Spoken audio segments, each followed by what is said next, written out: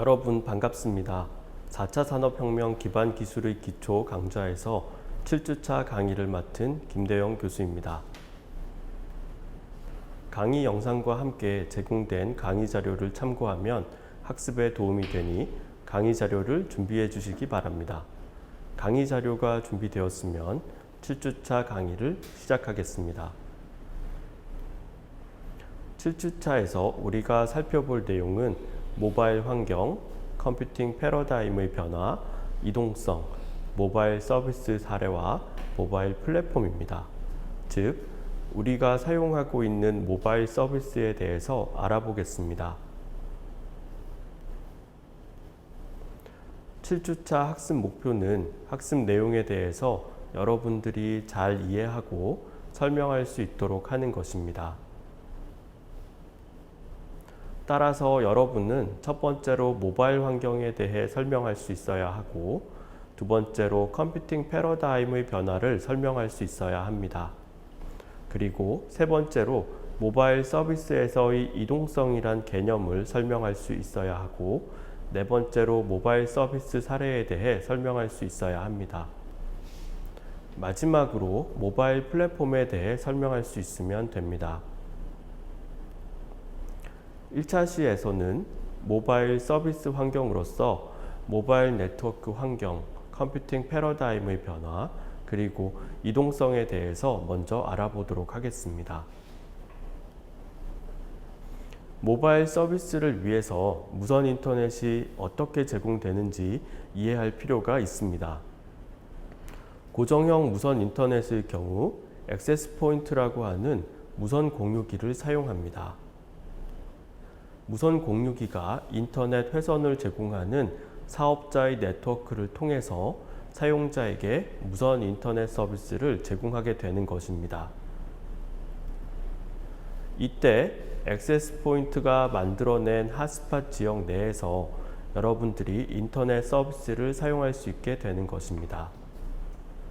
핫스팟 지역은 액세스 포인트로 인해 고정되어 있기 때문에 고정형 무선 인터넷 서비스를 제공합니다. 와이파이가 대표적인 고정형 무선 인터넷이라고 할 수 있습니다. 우리가 와이파이를 사용하다가 액세스 포인트에서 멀어지게 되면 와이파이가 끊어지게 되는데, 그것은 무선 인터넷을 제공하는 핫스팟 지역을 벗어났기 때문입니다. 고정형 무선 인터넷인 와이파이는 흔히 무선 랜으로도 알려져 있습니다. 2.4GHz나 5GHz 대역의 비면허 대역 주파수를 사용합니다.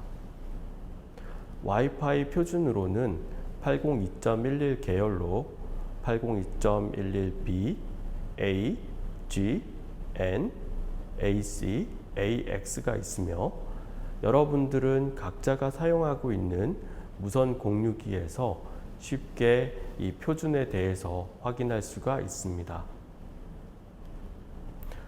와이파이 액세스 포인트는 SSID를 통해서 이름을 부여하고, 고유한 식별자로 BSSID라고 하는 물리 주소를 사용합니다. 우리가 단말기에서 와이파이를 검색하게 될 때 나타나는 와이파이 액세스 포인트 이름이 바로 SSID에 해당하는 것입니다. 자, 이제 와이파이에 접속하여 무선 인터넷을 사용해 보겠습니다. 와이파이에 접속하여 인터넷 서비스를 제공받기 위해서는 무선 채널을 선택하여 액세스 포인트에 연결하고, 인증 및 권한 요청을 한 후 IP 주소를 할당받아야 합니다. 와이파이의 액세스 포인트를 선택하기 위해 우선 모바일 장치의 와이파이를 활성화합니다. 와이파이가 활성화되면 모바일 장치는 주변의 액세스 포인트를 검색하게 되는데, 이 과정을 와이파이 스캔이라고 합니다.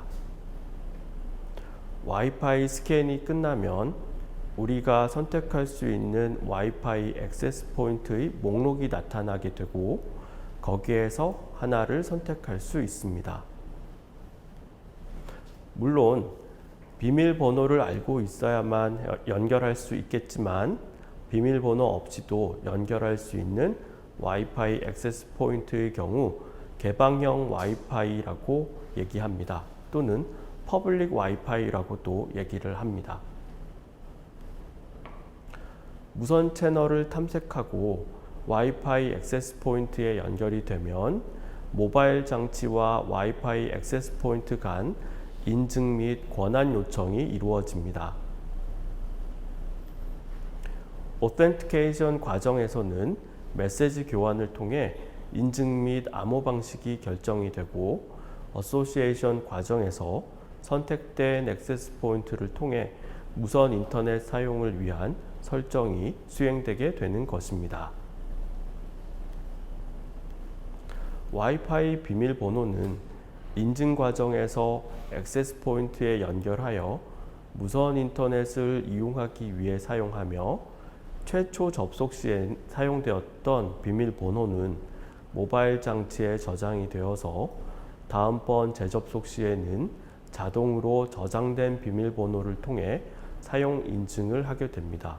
따라서 여러분들이 재접속할 때는 다시금 비밀번호를 넣을 필요는 없는 것입니다.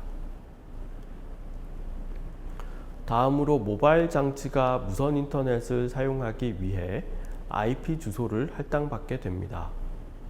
IP 주소는 인터넷을 통해 상호간 데이터를 주고받기 위한 논리적인 주소입니다.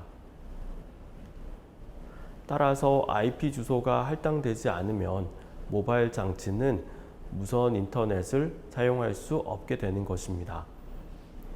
IP 주소는 DHCP 서버에 요청함으로써 동적으로 할당받게 됩니다.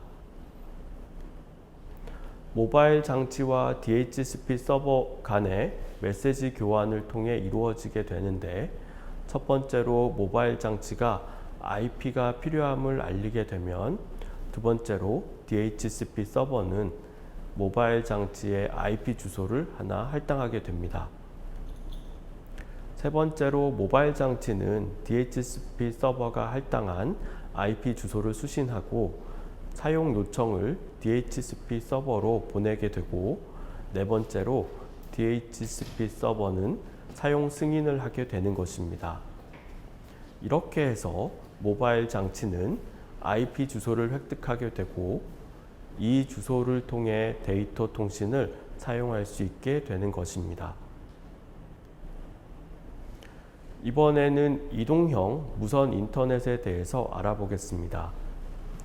이동형 무선 인터넷은 기지국으로 알려진 무선 통신 장치에 연결하고 기지국 내의 셀 지역 내에서 인터넷 서비스를 사용하고 핸드오프 기술을 통해 셀 간 이동을 지원합니다. 기지국은 통신사 네트워크와 연결이 되고 통신사의 코어 네트워크가 인터넷에 연결됨으로써 기지국 셀 내에서 사용자가 무선 인터넷 서비스를 사용할 수가 있게 되는 것입니다. 4G LTE나 5G와 같은 이동통신이 대표적인 이동형 무선 인터넷 통신 기술이라고 할 수 있습니다.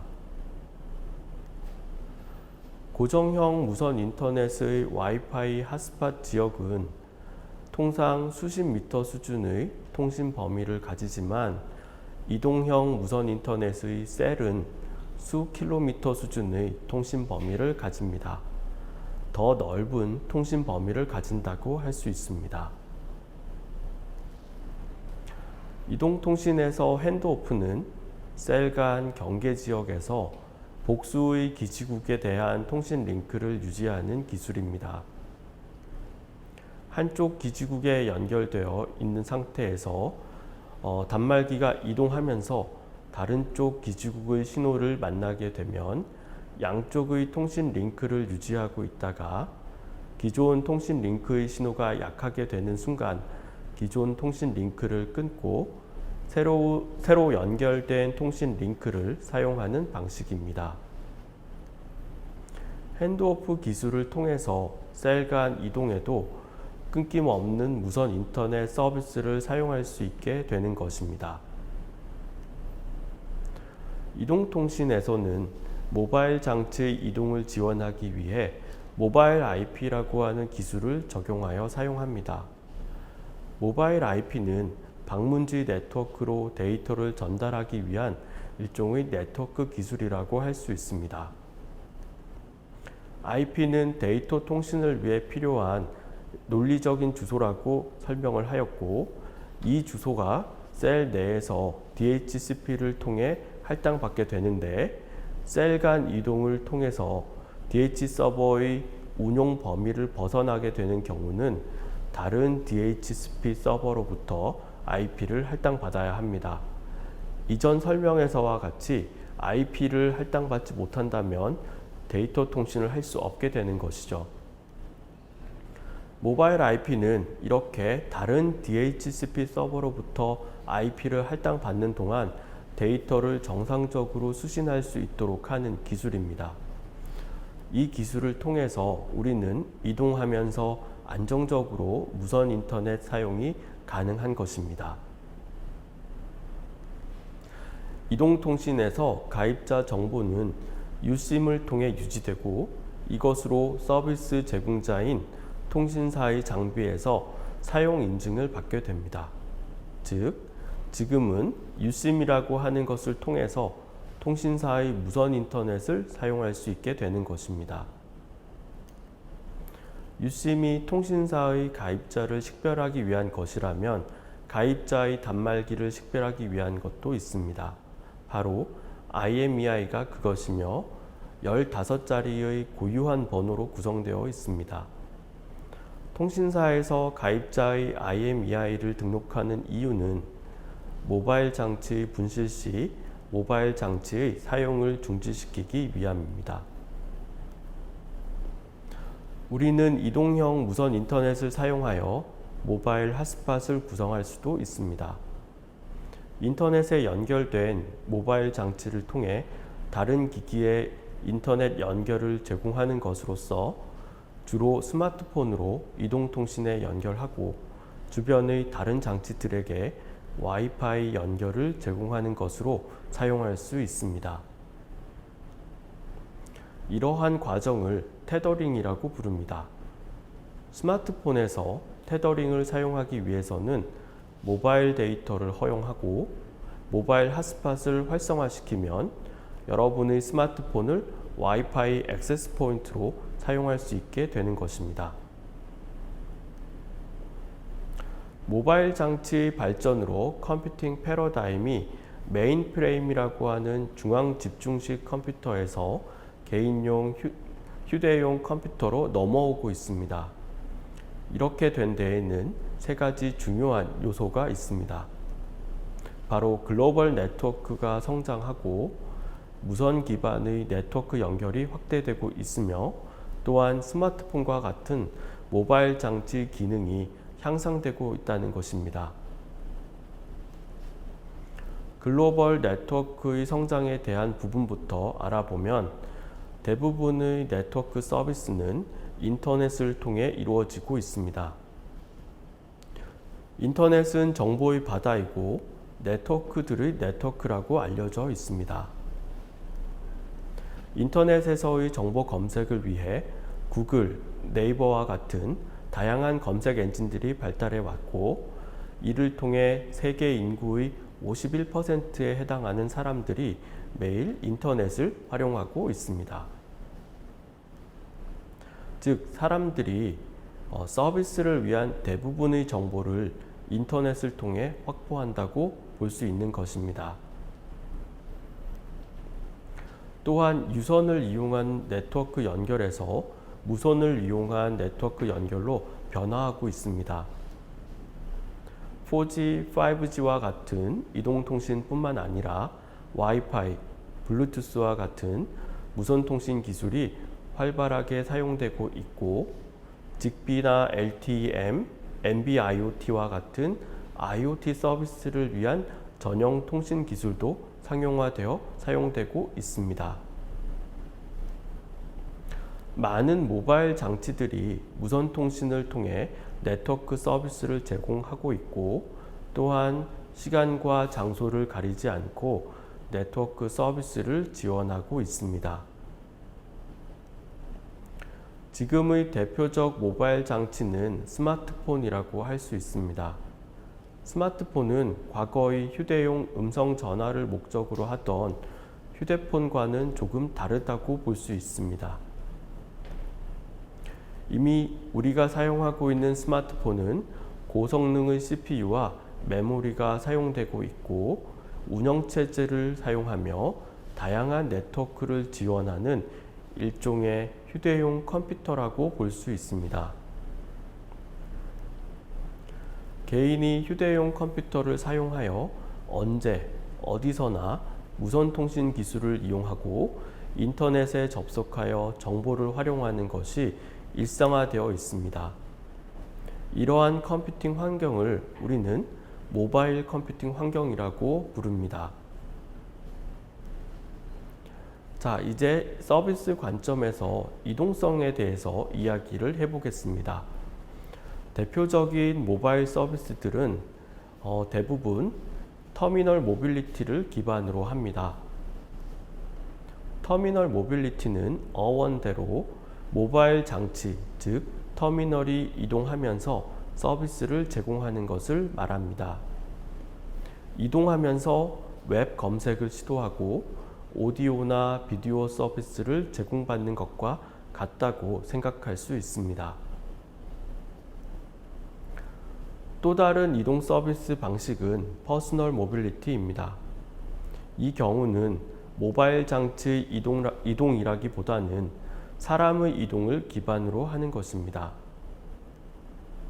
클라우드를 통해서 연결되고 서비스가 이루어지고, 사용자는 장소를 가리지 않고 집이나 학교에서 온라인으로 클라우드에 접속하여 서비스를 제공받을 수 있습니다.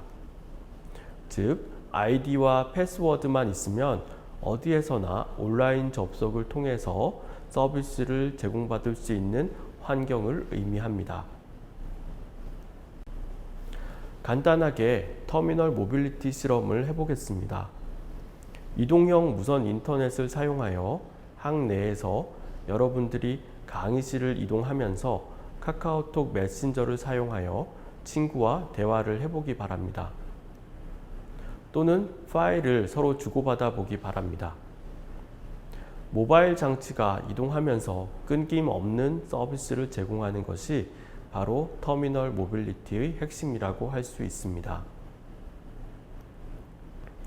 퍼스널 모빌리티 실험은 강의 지원 시스템을 사용하여 해보겠습니다. 집에서 강의 지원 시스템에 로그인하고 게시판에 글을 남겨보기 바랍니다. 그리고 나서 학교와 같은 다른 장소에서도 강의 지원 시스템에 로그인하여 게시판에 등록된 여러분들의 글을 수정하기 바랍니다. 이렇게 사용자가 장소에 관계없이 아이디와 패스워드를 통해 서비스를 유지할 수 있는 것이 바로 퍼스널 모빌리티의 핵심이라고 할 수 있습니다. 이번 시간에는 모바일 서비스 환경에 대해서 알아보았습니다. 고정형 무선 인터넷과 이동형 무선 인터넷에 대해 살펴보았고, 컴퓨팅 패러다임이 모바일 장치를 중심으로 이동하고 있다는 것과 모바일 서비스의 모빌리티 타입에 대해서도 살펴보았습니다. 이렇게 1차 시학습이 끝났습니다. 본 강의 영상 이외에도 강의 지원 시스템을 통해서 여러분들이 보조학습 읽기 자료와 동영상 자료를 확인할 수가 있습니다. 안내된 자료를 참고하면 학습에 도움이 될 것입니다. 과제 게시판을 통해서 과제의 여부를 확인하고 학습 중 질의사항이 있다면 질의응답 게시판을 활용하기 바랍니다. 다음 차시에서는 우리가 사용하고 있는 모바일 서비스의 사례와 모바일 플랫폼에 대해서 알아보겠습니다. 수고하셨습니다.